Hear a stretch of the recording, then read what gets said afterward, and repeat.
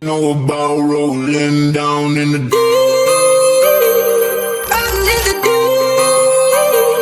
down in the Y'all be loving this shit what right you know here. about rolling What you gonna do? rolling What you gonna do now? down in the rolling What you gonna do? Right, y'all be loving this.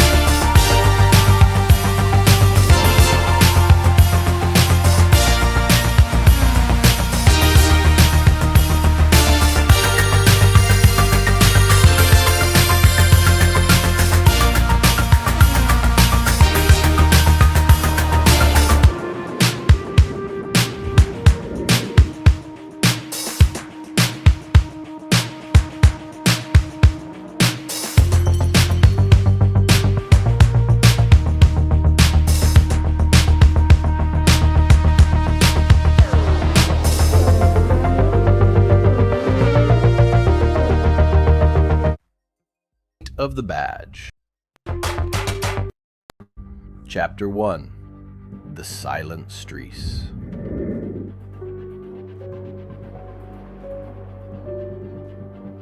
In the bustling city of Eldridge, Officer Joe carried the weight of the badge like a heavy cloak. Each night, he patrolled the silent streets, where shadows whispered secrets of despair. Once a beacon of hope, Joe now felt the relentless grip of burnout tightening around him. The sirens that once sang of justice now echoed with the cries of his weary soul. He watched as the faces of the city blurred into a haze of sorrow, each call a reminder of the darkness he fought against. The laughter of children faded into distant memories, replaced by the haunting silence of his own thoughts. As he leaned against his cruiser, the weight of his responsibilities pressed down, and Joe wondered if he could still find the light in a world that seemed so dark. Chapter 2. The Breaking Point. One fateful night, a routine call shattered Joe's fragile composure. A domestic dispute spiraled into chaos, and as he entered the home, he was met with a scene that would haunt him forever. The cries of a child echoed in his ears, drowning out the chaos around him. In that moment, he felt the walls closing in, the badge feeling more like a shackle than a shield. The adrenaline that once fueled his courage now left him hollow. After the incident, Joe returned home, his heart heavy with the weight of unprocessed grief. He sat alone in the dark, the flickering light of the television casting shadows on his face. The isolation crept in, and he realized he was losing himself to the very darkness he fought against, trapped in a cycle of despair. Chapter 3. A Glimmer of Hope. Days turned into weeks, and Joe found himself at a crossroads. The burnout threatened to consume him, but a chance encounter with a fellow officer sparked a flicker of hope. They shared stories over coffee, revealing the struggles hidden beneath their badges. Joe learned he was not alone. Others bore similar burdens. With newfound camaraderie, he sought help, attending support groups where vulnerability became strength. Slowly, he began to reclaim his passion for justice, channeling his pain into purpose. The streets of Eldridge still whispered their secrets, But now, Joe listened with empathy rather than despair. As he patrolled once more, he carried not just the weight of the badge.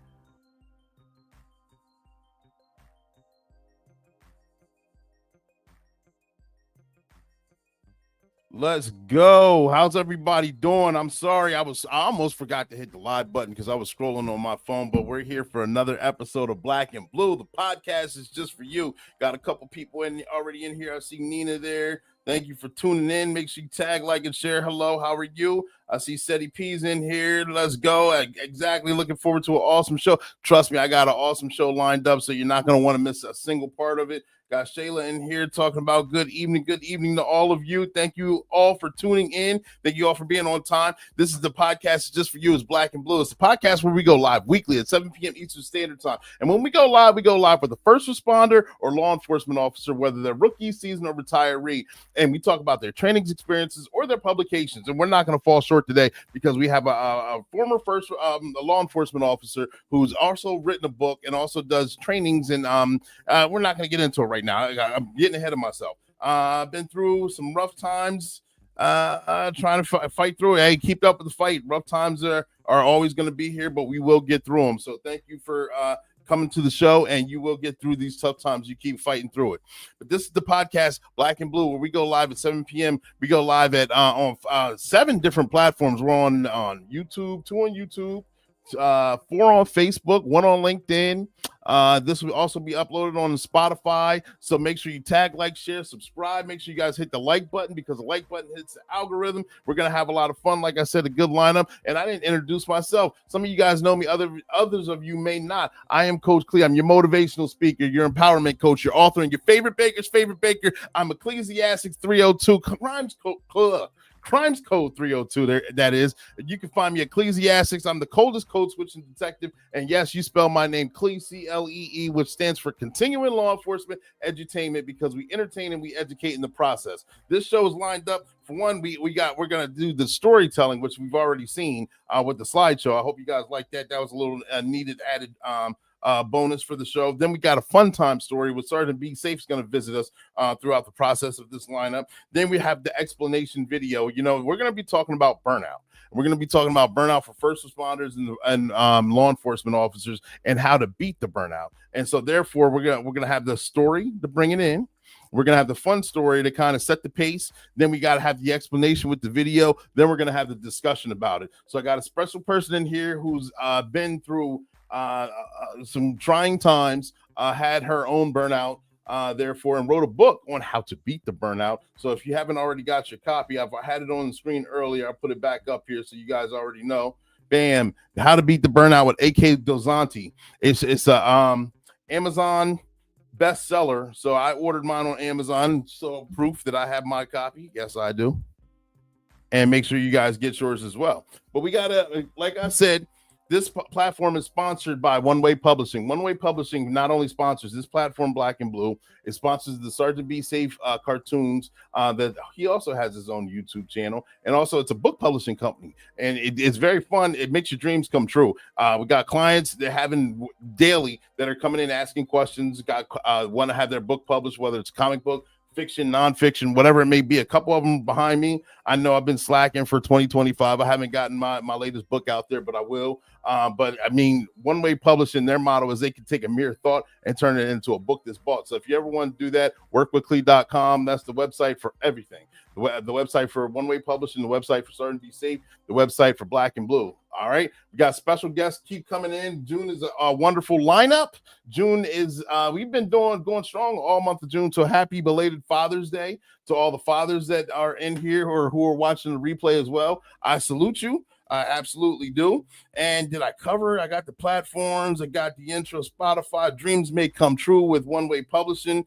We already saw the slideshow there. So I'm gonna I think I'm gonna stop talking actually, and I'm gonna get to the next segment of this because not only I do have to tell you that the interview is already pre-recorded. It was pre-recorded, so therefore it's going to be just like some of the other formats that we've seen. I don't want to monopolize your time too much, so this is the interview is not too lengthy, but it's good information. But I do want to get to the other segments too, because we got to build it up. So here's Sergeant Be Safe and what he has to say about beating the burnout and some things that we can do. It's a little fun one. I hope you guys like it.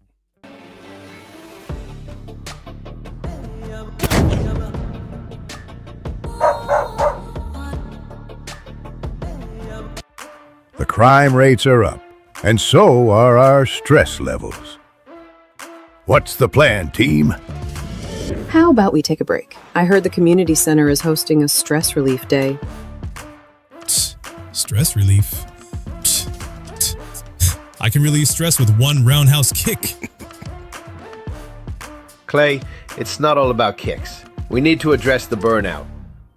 We can't serve our community if we're running on empty. Back in my day, we didn't have burnout. We had grit.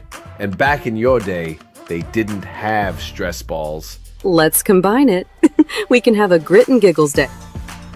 Grit and giggles? I like it. I'll show the kids some moves, but only if they bring snacks. All right, let's set it up. But no interpretive dancing or whatever else you kids do these days. All right, team. Remember, it's about connecting with the community. Let's show them we're human. Just demonstrating the falling table technique. You know, maybe this wasn't such a bad idea after all. Let's capture this moment. Remember, folks, it's okay to take a break and just be ourselves. Hold up, it's picture and selfie time. All right, who's next on cleanup duty?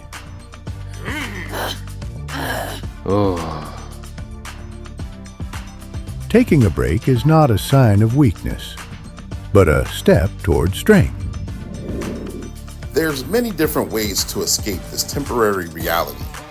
Make sure you find yours so you can beat the burnout and don't let it beat you. And that's your tip of the day to get you on your way.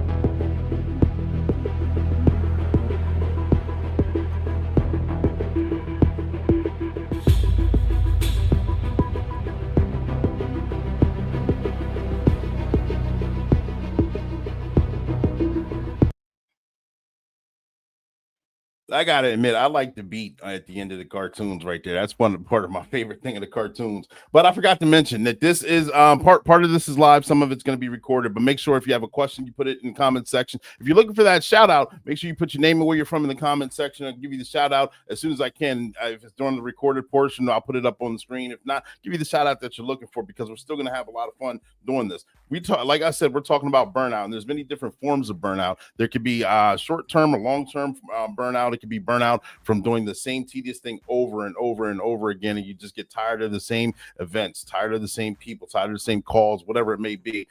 You feel isolated. You may not feel like anyone has your back, or may not believe anyone has your back. It could be something just temporary where you just need to have a mental health day and take the day off and kind of clear your mind, or just go on that vacation, come back, spend time with your family. Or it may be because you don't get to spend time, and then you're starting to feel isolated and lost out. And the only thing you have, as first responders, you identify yourself as being part of the job, or the job is you. So therefore, when you're not working, you feel like you're either missing out on something, or you don't know how to relate to your family, friends, or the general public. And you just, again, feel isolated. And as first responders and law enforcement officers, we talk about this on the platform all the time. The number one way that we unalive ourselves, and I have to say it a certain way so it doesn't I don't end up on social media jail, is ourselves. And we take ourselves out, and we take ourselves out when most times because we want a situation to end, we want something to be completely over with. and we don't believe that we have the help or the support that we're looking for.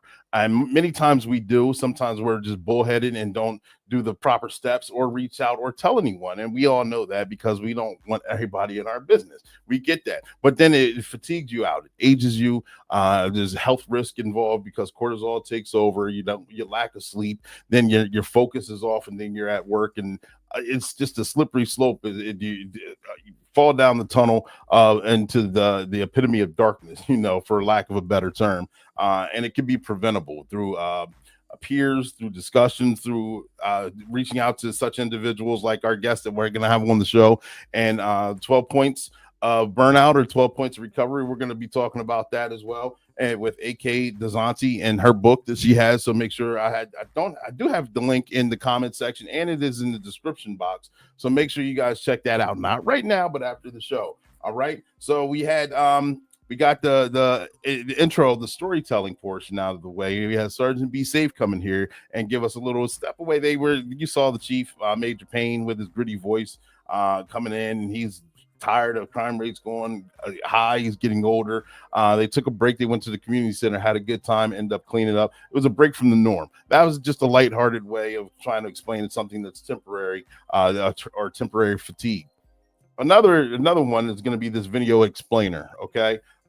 Different situations, different setbacks. It's going to take us it'll explain from what burnout is to solutions. Also, it'll take us through the whole gambit. So we're going to have the explainer here, and then from there we'll jump into the discussion, the meat and potatoes of it. So make sure throughout this, keep comments coming, keep the likes coming. We appreciate it. I appreciate it. I appreciate you guys being on here. I really do enjoy making these podcasts. It does take, for me, it gets me a little break of the norm, per se, because every time you're going through something, whether it's work, whether it's home, whether it's personal life, it's nice to have a hobby, to something to dig into, to kind of take your mind off things, something to actually build and grow.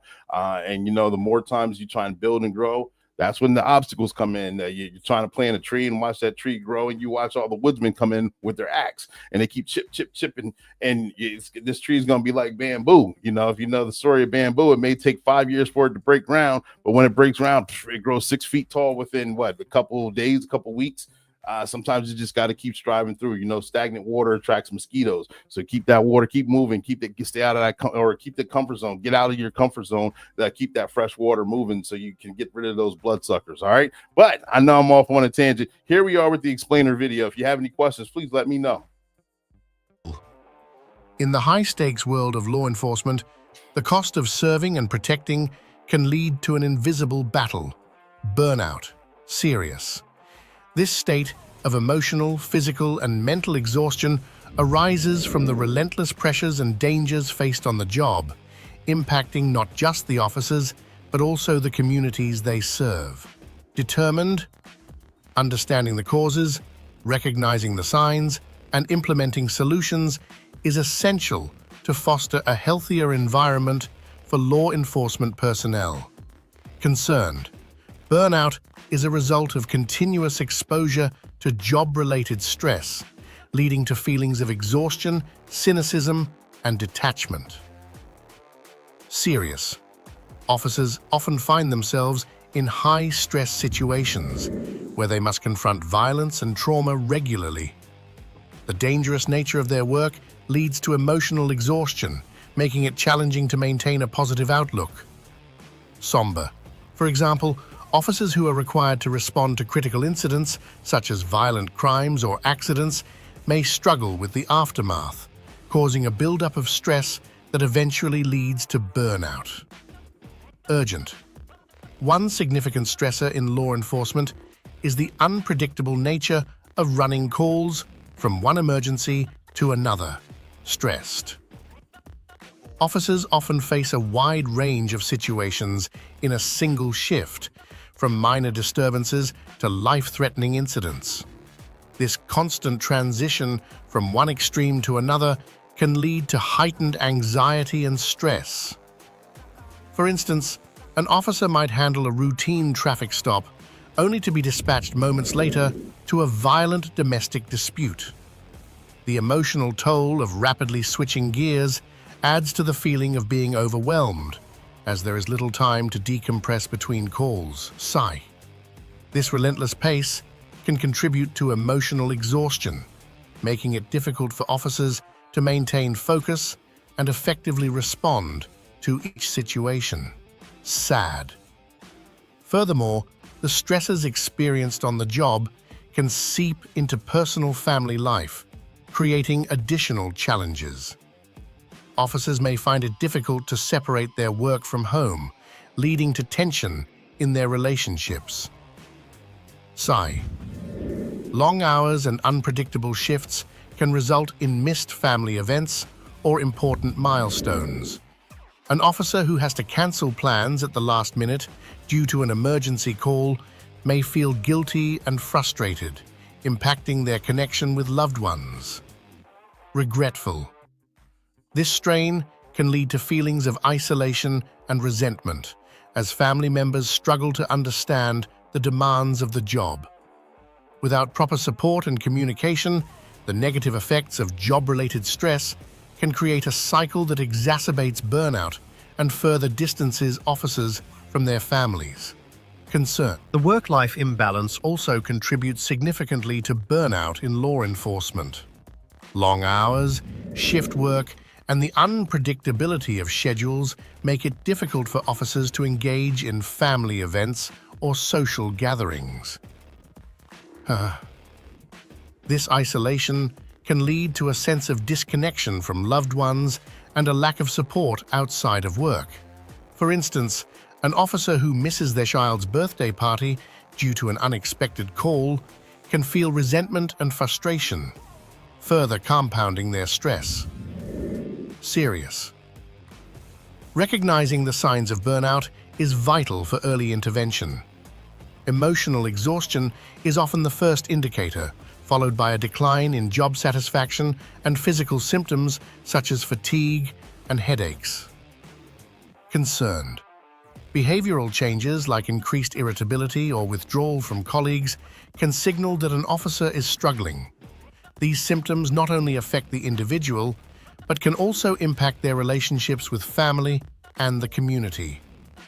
Determined, addressing burnout requires a multifaceted approach. First and foremost, self-care should be prioritized. Officers must engage in activities that promote physical and mental well-being, such as regular exercise, healthy eating habits, and sufficient sleep.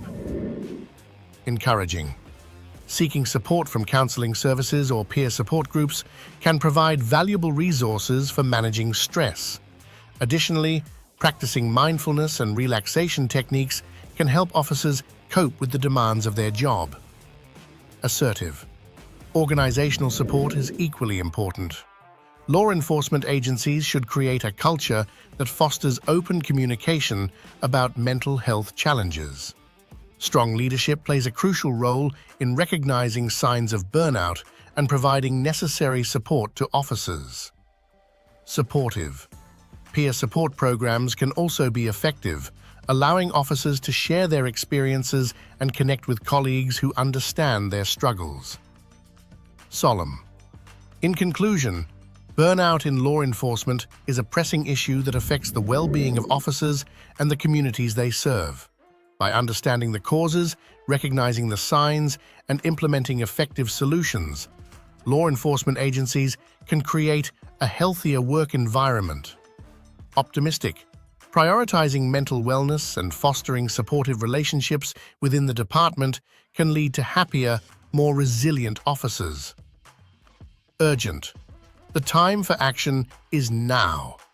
A proactive approach to mental health in law enforcement will benefit everyone.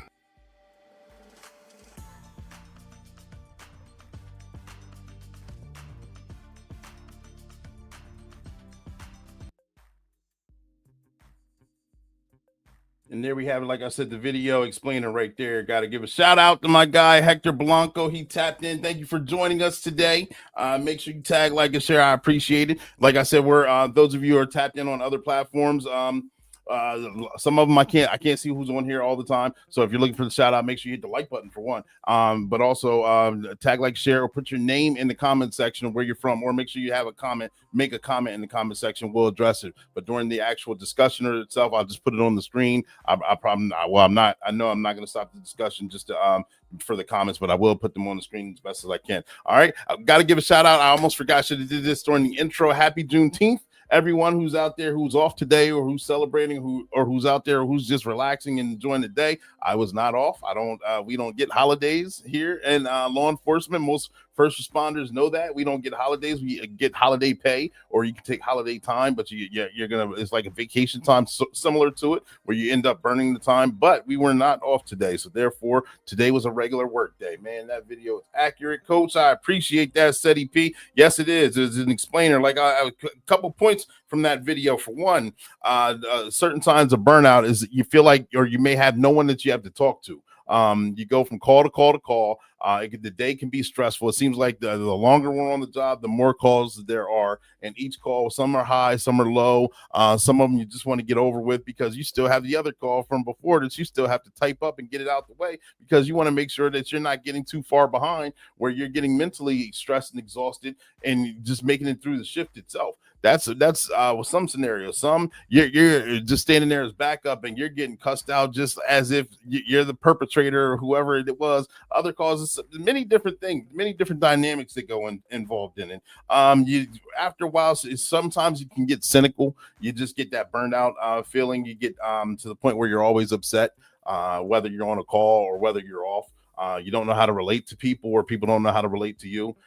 Then you seem like you're in that hopeless spiral where you're working. If you work shift work, you're up, sometimes you're down, or you have days and nights.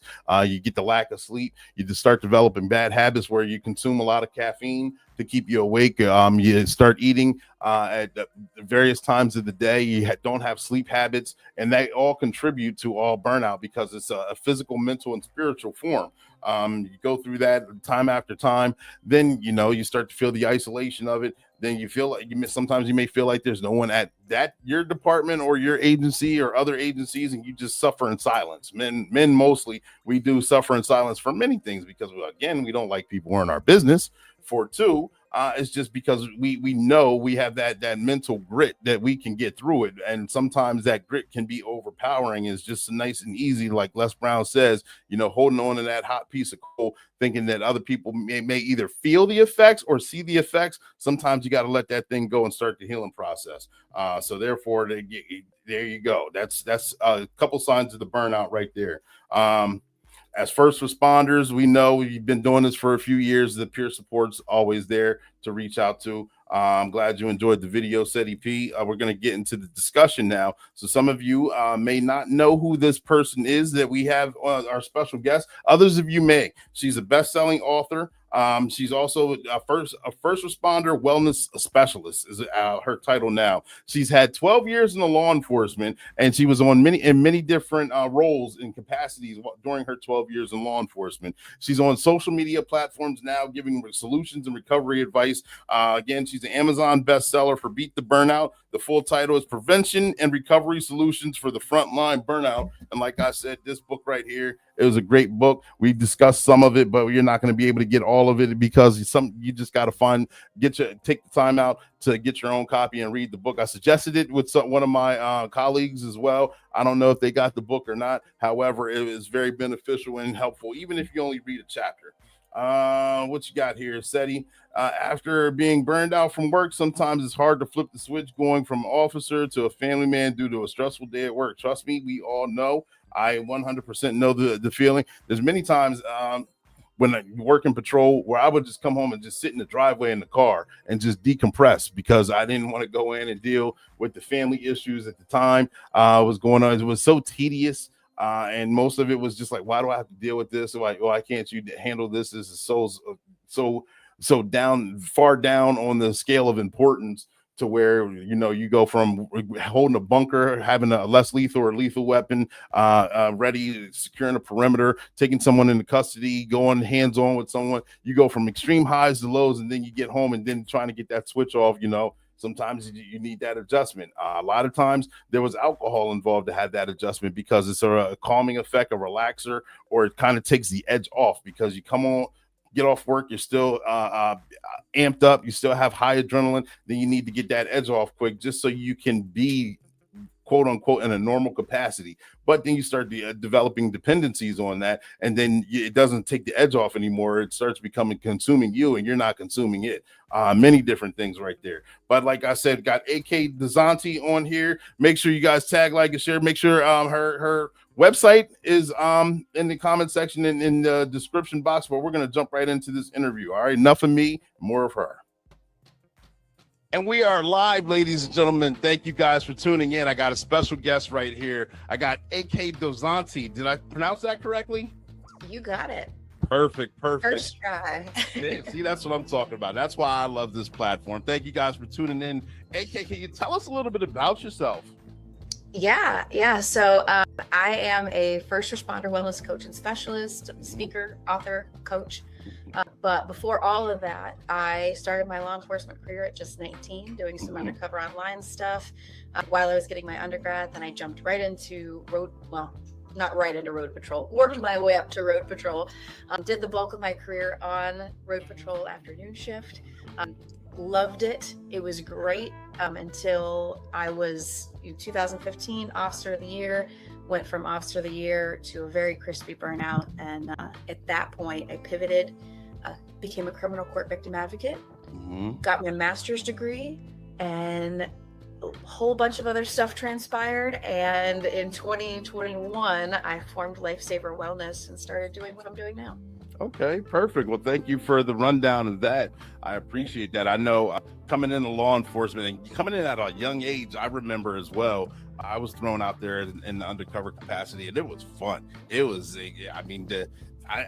to get it out early was a good thing. I'm pretty sure it was for you. And then to come into the point where it's like, I don't know what's going on. And like, it's hard to get up and go to work or find motivation, or am I making a difference? And I think you just explained that in your book, Beat the Burnout here. Ladies and gentlemen, make sure you get your copy if you didn't get yours. But can you tell us what gave you the motivation to actually want to become a published author and publish Beat the Burnout? Yeah, so I, on a whim, got a TikTok account. I didn't think it was going to go anywhere. I didn't put too much stock in it. And within the first few months, it blew up. And I don't have a huge following, but I've got about 60,000 people on there. And I was very often getting questions about my background and what I do and how I became to do what I do, because people were like, this is kind of cool because you're not a clinician, but you have this background, and then you have all these other certifications and education. And so ultimately that was kind of what led me to just put it all in one place. And I have so much, and this is, I'm not saying this in a vain way, but I have so much knowledge rattling around in my brain that I was like, I have to get this out in a way that anybody can access it, right? Like, it's, very affordable. If you can read, we're good. And an Audible version is coming soon too. So if you have ears that listen, then we're good on that front too. So I think it was just ultimately out of necessity and out of people needing the information that I have. Gotcha. So basically, if someone doesn't have the book or the Audible that's going to be coming out, there's limited excuses on why they should be able to get the information, is what you're saying. Yeah, and honestly, I put a ton of information out for free on socials. I'm constantly just dropping little tidbits, and I've had people say that, they've binge watched a lot of my stuff, and they've learned a lot. So that's awesome. That the power of social media, right? Yeah, it touches everyone somewhere nationally and globally. But you talk about 2015 was a pivotal year for you. I know in your book you talk about how you've reached the high point for law enforcement by becoming Officer of the Year. Is that correct? Yep. And then at the same time, you're taking a trip to Nashville, and then you're excited to go there. It's a vacation you're looking forward to, but then you become sick. and you try and make the best of it, but it unfolds. It explains how the mindset, how the body receives the burnout, the trauma, whatever may come from it. Can you delve into that a little bit? Yeah. So ultimately, there was a couple of years of buildup before the break, I guess you could call it. Right. And it's a slow burn. It's a slow buildup. Burnout's very sneaky. So it had built up to the point where I was unaware of what was going on, but I had severe depression. I had PTSD. What I later found out was adrenal fatigue and suicidal ideation. Wow. And all of that stuff was going on behind the scenes, even as I was getting Officer of the Year. So I was just in this constant battle of being one person at work and performing, and being a whole other person when I went home at night. And I took this trip on a whim with my now husband, who was my boyfriend at the time, and we were very excited. I came down with a little bit of a cold. Wasn't a terrible thing, but it did turn into a sinus infection. But it was the drive home where I just, at the mere thought of going back to work the next day, not even the next morning, I was on afternoon shift. So just at the mere thought of, 24 hours from now, I'm going to be back in uniform. Yeah. For some reason, that completely overtook my whole brain and body, and I had my first ever panic attack. And it just completely consumed me, and I didn't recognize it for what it was at the time. And I was so embarrassed, and I remember apologizing to my now husband and being like, I'm so sorry, I have no idea what's happening. And then the next day I went to the doctor for my sinus infection, and I just barely kind of scratched the surface of what was going on. And kind of just said, I'm having some anxieties, and it didn't go too deep into all of the suicidal ideation and all that, because I didn't want to lose my job, right? Yeah. And so she wrote me a prescription and said, take 2 weeks off. And that was it. There was no follow-up. She said, go find a counselor. Wow. So I was like, cool. So I called off for that day and wasn't sure what was going to transpire, but ultimately ended up ripping up the prescription, and a couple days later wrote my resignation. Wow. Full-time law enforcement. Yeah. Wow. And that's a big transition. It's shocking, but congratulations to you for not going down the total slippery slope of trauma and panic attacks and things that come from, and then depression and all the intrusive thoughts that come with depression. So congratulations to you on making the pivot.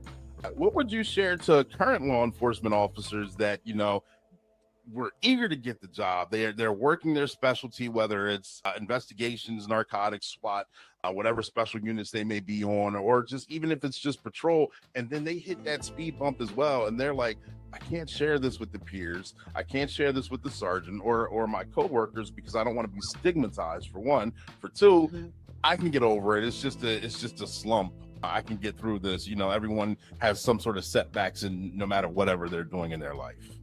Yeah.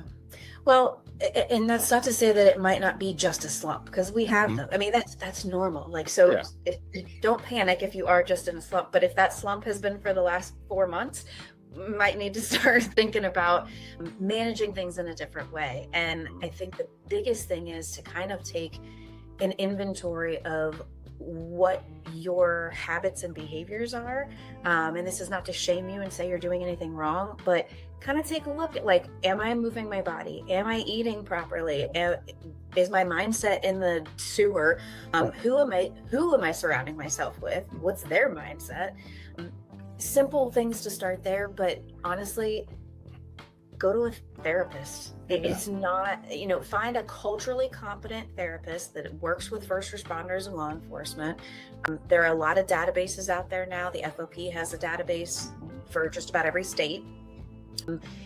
And you don't have to report that to your job. Right. There's HIPAA laws. So you don't have to. Everybody thinks that, like, oh my gosh, they're all in cahoots together and they're going to find out everything I say. That's not the case. So definitely start looking at managing the controlling the controllables, the things that you do have with control over, and then find just one lifeline outside of yourself, somebody to share that with, because sometimes even just saying it out loud is a huge relief, and then you can go, oh, okay, it actually doesn't sound that bad when I say it out loud. When we're trying to contain it all, hold it all in, it hits a little different.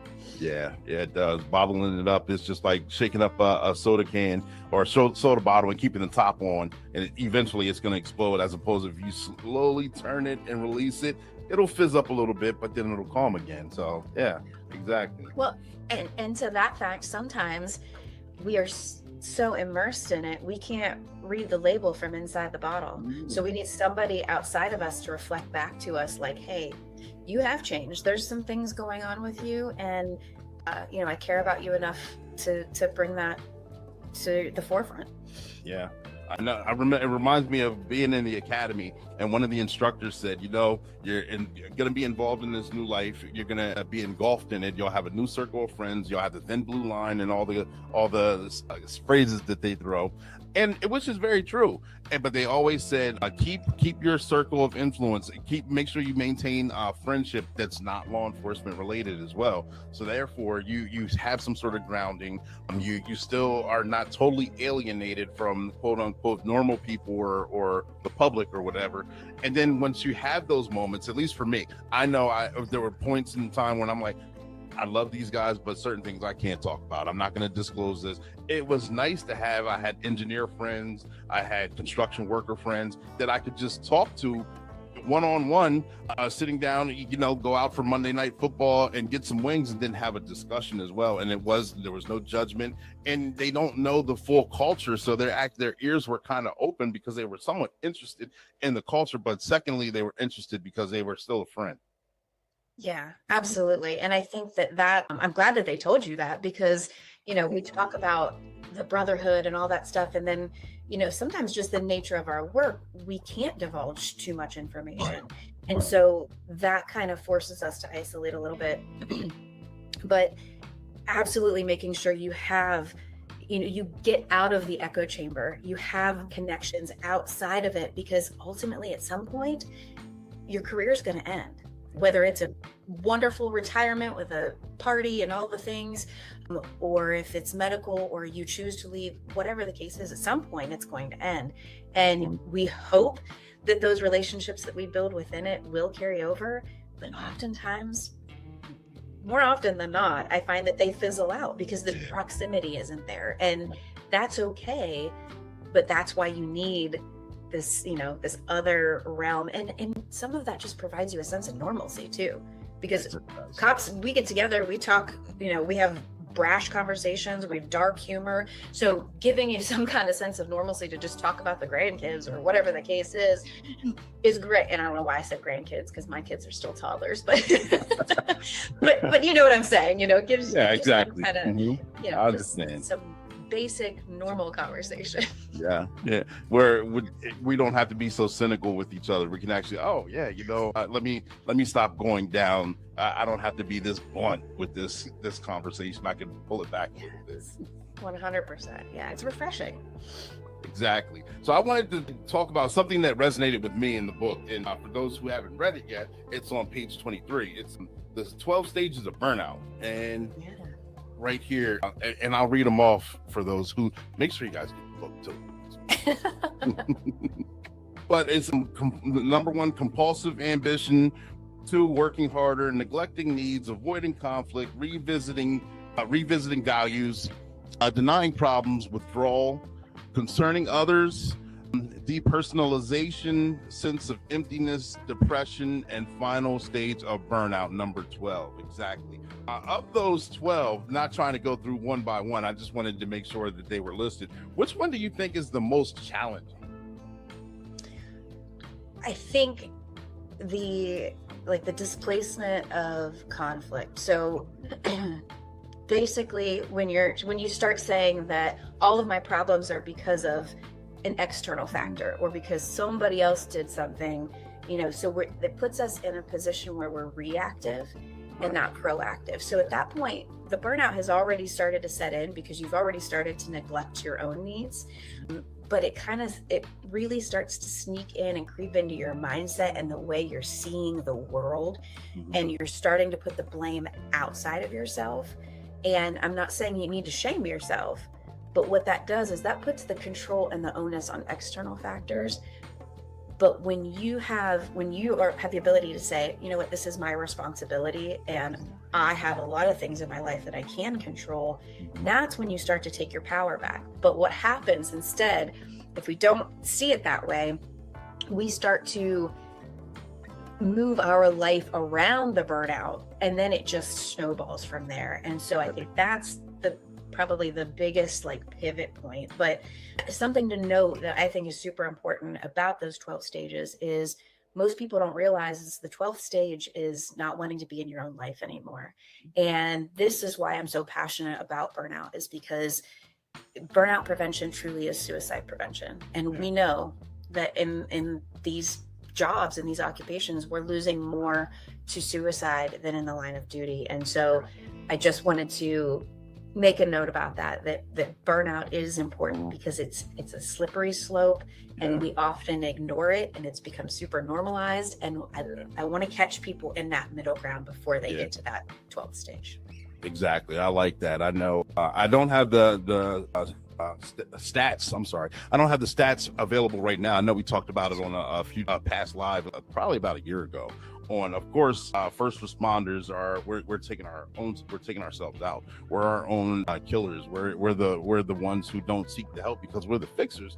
And I forget, it was a high percentage that it was from 2023 to 2024 of us on self-deletion. Say that just so that doesn't get copywritten on the platform. But it was rising for 2023 to 2024, and each year it seems like it goes higher and higher, a smaller percentage more, as opposed to going down. At least from the last time I looked, I don't know what 2025 is right now or where we're at, but hopefully we're learning more. Hopefully we're not taking ourselves out more. But again, it does cover that, because it's a slow burn process. It's like a candle. You don't even know sometimes that it's being lit until it's about halfway through, and you're kind of like drowning in everything that's going on. Yeah. And I always like to bring that to the forefront, because it is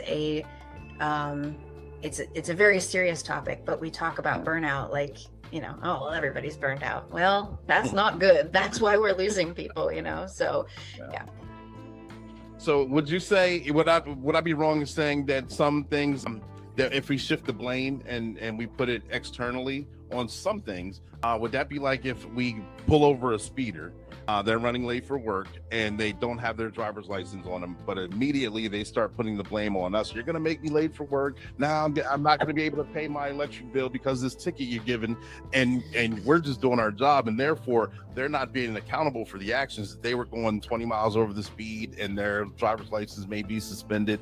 None of that was any of our fault. However, we get that blame for it. Would that be something similar, or is that something off key? No, I completely agree. And I think that it's up to us to look internally at what habits and behaviors and actions and thoughts are we, contributing to that are making this problem worse. Oftentimes, we're, like I said, not feeling our body properly, or, surrounding ourselves with the wrong people. And in those instances, when you feel terrible, you start to, it's hard to look at yourself and say, what am I doing that's contributing to this? So absolutely, I think that's a great analogy. All right, perfect.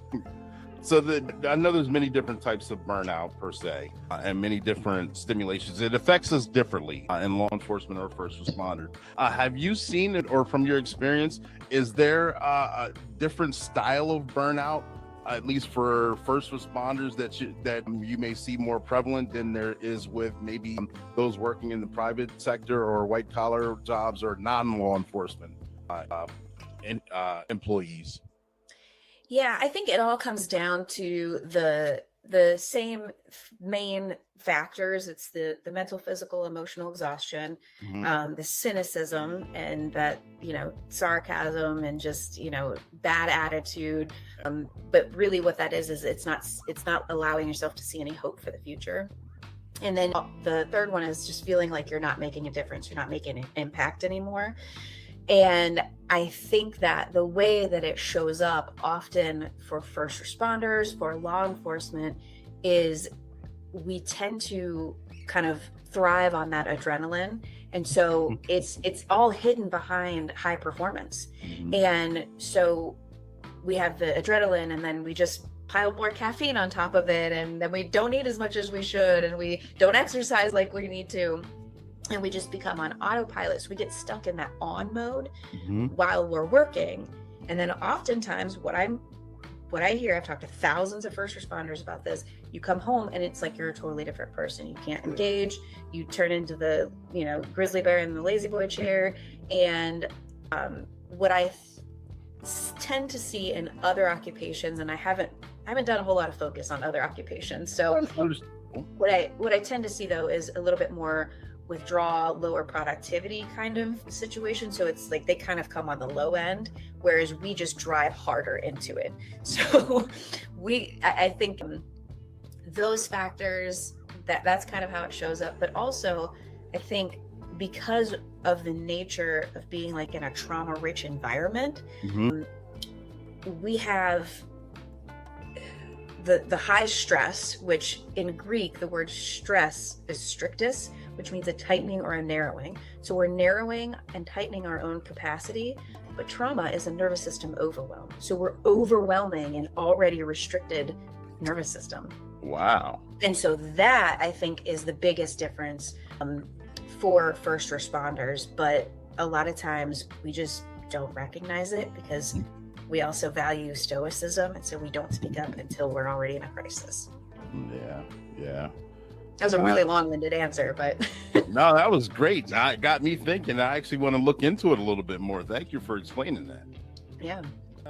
So therefore, if a first responder is in crisis, but not immediate crisis, and they've sought out a peer officer, or a therapist, or some sort of counseling, what kind of successful aftercares have you seen? Staying in the work, staying in the, self-care kind of tactics and behaviors, making sure you have consistency. The biggest thing in all of the aftercare is the consistency and the frequency. For example, journaling is super effective, but not if you only do it 3 times. Going to the gym, exercising, super effective, not if you only do it for a week. So it's kind of mastering these ordinary things so that we can then move to the extraordinary. But maintaining those social networks, sleep hygiene is absolutely huge. We're starting to talk more about it and starting to talk enough about it, but it's something that's so overlooked and undervalued. Our brains and our bodies don't function right if we're not getting enough sleep. Right. And a big cultural thing is to have a little nightcap, drink a little booze before we go to sleep. Kind of helps you wind down for the night. But actually what it's doing is it's not allowing you to get into REM sleep, which is where your brain actually recovers and kind of goes through a car wash to get rid of the debris from the day. And not only that, it spikes your blood sugar in the middle of the night. And when that blood sugar drops, you don't know it because you're asleep, but it's actually sending you into a stress response and releasing cortisol while you're sleeping. Wow. And so these are things we don't know. We don't talk about it enough. So, a nightcap might help you fall asleep, but it's actually prohibiting you from getting the quality of sleep that you need. So really, it's just maintaining a wholesome life, making sure that you're taking care of yourself and, cultivating these connections around you. That's honestly the best aftercare. Perfect. It reminds me, again, not trying to go back to the academy. They say, yeah, make sure you get enough sleep. And you're like, of course I'm going to get enough sleep. I'm going to be exhausted by the end of the day. That'll be easy. And then working a few years, working shift work, whether it's day shift, night shift, rotational, whatever it may be, you get called in for overtime, you get called in for court, you get called in for an emergency that happens. After a while, things get interrupted, then you try and make up for the time that you missed during other times, and it's a domino effect, and you miss out on sleep. And it gets to the point where I remember, for me, again, going back to myself, working 12 hours, 7 to 7 overnight, 7 p.m. to 7 a.m. And then my kids would have a baseball game or a football game the next day, and it would be going into my days off. So I'm like, okay, I can get home. I'll be home at least by 8. I can shower. I can power down from 8 to 11. I can get 3 hours of sleep, and then I'll just force myself to get up. And I don't want to miss of course, the games, and I don't want to lose out on a day, because this is part of my weekend. And if I sleep all day, the next thing you know, I'll be up all night and no one's going to be up, and it domino effect. So I remember thriving off 3 hours of sleep and going to games and actually remembering events, but a lot of things are a big blur as well, because I didn't know I was deprived, and I was in a mental fog. I always felt tired, no matter if I was had the caffeine or not. Yeah, and so many, I think, you know, a lot of people, a lot of people tend to start the career in their early 20s, and then they get about 5 to 7 years in, and they get married and they start having kids. So you're having this point of where you're already getting a little bit cynical, you're burning out a little bit, then you have kids, and then your sleep tanks because children. And so that just adds to it, right? And so it's not always just the job. A lot of it is the whole situation, your whole experience. And that's why, you know, they tell us to compartmentalize. And keep work at home. But when you're at home, there's things that you need to be doing so that you can be at your peak performance at work. And we don't want to have to, you know, put more time and equity into the job, but your survival depends on it. And I'm not just talking about, you know, the survival of the job and the threats on the street. Your survival with yourself depends on it. And you're not going to magically stumble upon that time. You have to create it. You have to carve it out and make it a priority. Gotcha. And so if any of the listeners now have never heard of you or haven't read the book at all, are there any key points that you would like for them to take away after listening to our conversation?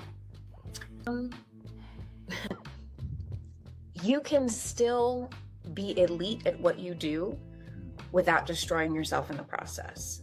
High functioning burnout is still burnout. And that's, I think, the hardest part for us to recognize, especially in these jobs, because you're like, well, I still show up every day. I'm still doing a kick-ass job, but you could be doing great at your job. And, you know, your home life is suffering, your internal landscape is suffering, you know, everything else is just falling apart. So it drives you further into, let me just work some more overtime. Let me just spend some more time here because that feels good. Don't neglect your home life. Don't neglect your self-care. And you can still manage all of these things. You just have to be super intentional about it. Right. It goes back to, well, again, discipline, you know, and regimented again. Yeah. Do the boring things consistently, and then they become a habit. And next thing you know, you're actually doing what you're supposed to be doing, kind of on autopilot. Yeah. The things that you fail to manage, you will lose, whether it's your health, your relationship, your finances, whatever it is. So do your best to be really intentional and manage those things, and you'll be able to thrive in all aspects. Absolutely. And again, for those who are watching for the first time, if they wanted to order a copy of the book and or learn more about you or hear some of your teachings or anything like that, can you tell us how we could connect with you or get those listen to you on social media or obtain a copy of the book? Sure. Yeah. So the book is on Amazon or any place books are sold. But you can also get signed copies at akdozanti.com. That is probably the best place to find all of my stuff. Everything is linked up there. All my socials are linked up there. But any place, you know, as far as I know, I'm the only AK Dozanti around. So just Google me. You'll be able to see, you know, podcast episodes, different, you know, things that I've done in the last 3 or 4 years. And of course, you know, akdozanti.com is probably the best place to find all those things. Perfect. I'll make sure that is in the comments section and in the description box for this interview. So thank you for sharing that. Thank you. Absolutely. Through the course of conversation, I may have forgot to ask you a question, or I may have jogged your memory on something. Is there anything else that you would like to share with us right now? The floor is yours. I would just say make sure that you're not trying to go through this life alone. Isolation is a killer, and the biggest indicator of how you're going to bounce back after a critical incident is the support system you have before that critical incident happens. So be intentional, build those support systems. You don't have to be incredibly vulnerable and spill your guts every single time you talk to somebody, but have at least a couple of people that you can confide in and trust, and open yourselves up to that, because we're not meant to go through this life alone. You're never alone. Absolutely. Thank you for sharing that. That was very, very important. Sometimes I think we all know that, most of us know that, but it's good to hear, and it's a good reminder again. So thank you for sharing that again. AK, it was a pleasure to have you on the show. I don't want to monopolize your time too much. You gave tremendous information. I had a tremendous conversation with you. Thank you for making yourself available. And we're gonna drive on, and hopefully someone, if the right person or if someone brand new hears this information and it has a positive effect on them. Well, thank you very much for having me. This has been a wonderful conversation, and I really appreciate you and the work you're doing.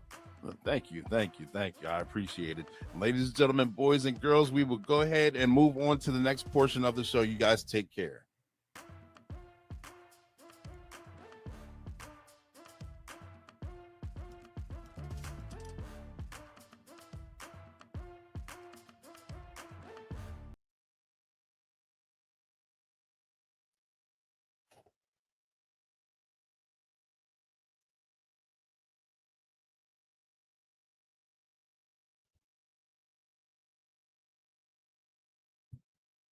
What do you guys think? I see you, Hector. Good one. Thank you, Hector, for tuning in. I appreciate it. I think that was a great interview. I had a lot of fun. I meant what I said. I had a lot of fun, and I learned a lot.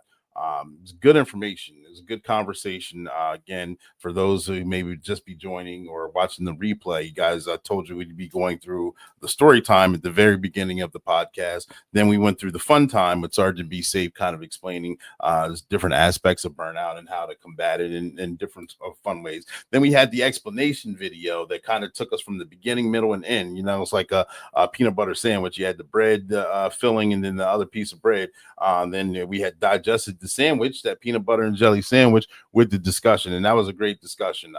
Thank you, AK, for making yourself available and coming on the show. Again, the book Beat the Burnout is a tremendous game changer, especially for law enforcement and first responders, so we can avoid we can prevent ourselves from taking our own selves out. Absolutely, Shayla's on here. Great information, relevant to any career. I do agree. The topics on here are relevant to any career, but of course, this is Black and Blue, so we focus on law enforcement and first responders. But there's a lot of bleed over too. So it's kind of like the old phrase: chew up the meat and spit out the bones. Take what you need and apply it to your life for a positive outcome for everyone. This is a good thing. We talked a lot of good tips and a lot of good topics were in this discussion, from pausing and reflecting, from beating the burnout, from stress, for the soda fizz analogy, REM sleep. Sleep is very important. I know in our younger years, we like catch up on sleep later. And now it seems like you're working those rotations. It's harder and harder to get the sleep that we need to get the REM sleep. We've developed a lot of bad habits. Again, like we talked about, we touched on those tips with the caffeine, with the coffee, with the bad diet and the cortisol and things that start to take effect. And it slowly chips away at who we really are and the fitness level and our health.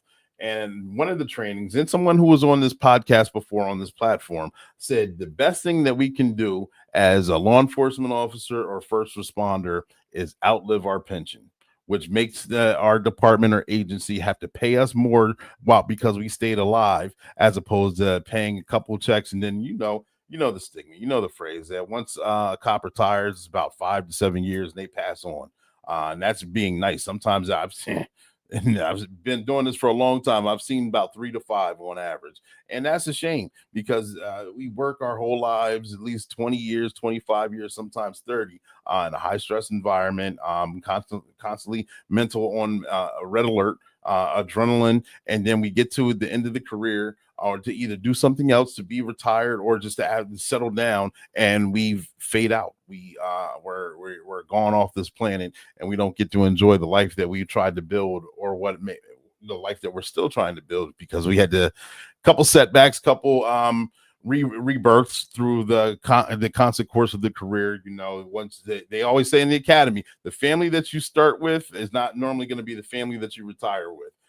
So you guys can figure that out on your own, but make sure you take care of yourself. Make sure that you beat any type of burnout for any career. Stay true to you. This is the podcast Black and Blue. I appreciate all of you on here. Make sure you guys tag, like, share. We're going to go live weekly at 7 p.m. Eastern Standard Time. We're going to keep the party train going. I'm sorry that LinkedIn does not always let me see who's on here. So whoever the LinkedIn user, thank you for the comment that was on there. I tried to get as many as I could. I believe I did. If you guys have any questions, make sure feel free to ask. I'm trying to get these media assets going. I do got a few more clips. If you guys want to stick around, a couple of fun things coming down. This summer is going to be another dynamic summer. We're going to have live interviews. We're going to have different standards of interviews.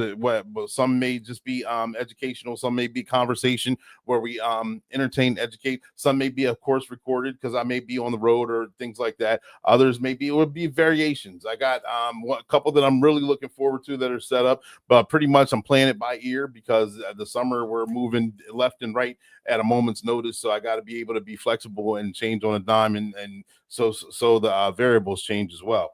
Trying to think. I don't want to miss anything before we log off here. God, I think we covered everything. And it was a good one. So make sure you guys tune in. Just the facts, ma'am. And give out just the facts, because this is Black and Blue. Black as you is, there's a whole lot of blue still shining through. And those are the fun things, but we're gonna head out of here. Black and Blues podcast. It goes weekly, 7 p.m. Eastern Standard Time. I'm your motivational speaker, your empowerment coach, your author, your favorite baker's favorite baker, Coach Clee, coming at you. Ecclesiastic 302, the coldest code switching detective. And you spell my name Clee, C-L-E-E. That stands for Continuing Law Enforcement Edutainment, because we entertain and we educate. We bring that information to you. All right, so make sure you guys take care of each other, take care of yourselves. We'll be out of here 10-4. Over and out. You guys have a good one. I'm not a bad cop. I never once said you were. It would be real simple if the problem was bad cops. It ain't. Sergeant Be Safe is inviting you to watch this exciting and fun podcast, Black and Blue. It airs weekly at 7 p.m. Eastern Standard Time, and it's just for you. When we go live with a dynamic law enforcement officer or first responder, whether they're rookie, seasoned, or retiree. We talk about their trainings, experiences, and their publications. We've had tremendous guests already, and we have many, many more tremendous guests coming down the pipeline. You want to subscribe. Sergeant Be Safe is here. Black and Blue is on various podcasts, especially on YouTube, so make sure you guys subscribe. And don't forget about me, Sergeant Be Safe. I have my own channel too, so make sure you subscribe to that as well. We have many adventures, learning experiences, and we have fun while we do it. You guys don't want to miss it. Not only with the special guest that's being featured, you'll see video skits of me and the bad guys, Rob You Blind, Misdemeanor, Treacherous Tony, Chance Wilder, aka Wild Chance, and Sapphire Steel.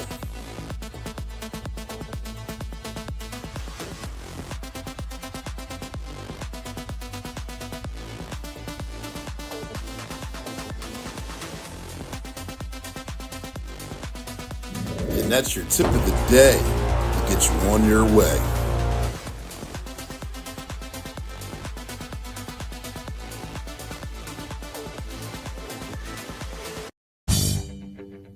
Just the facts, ma'am.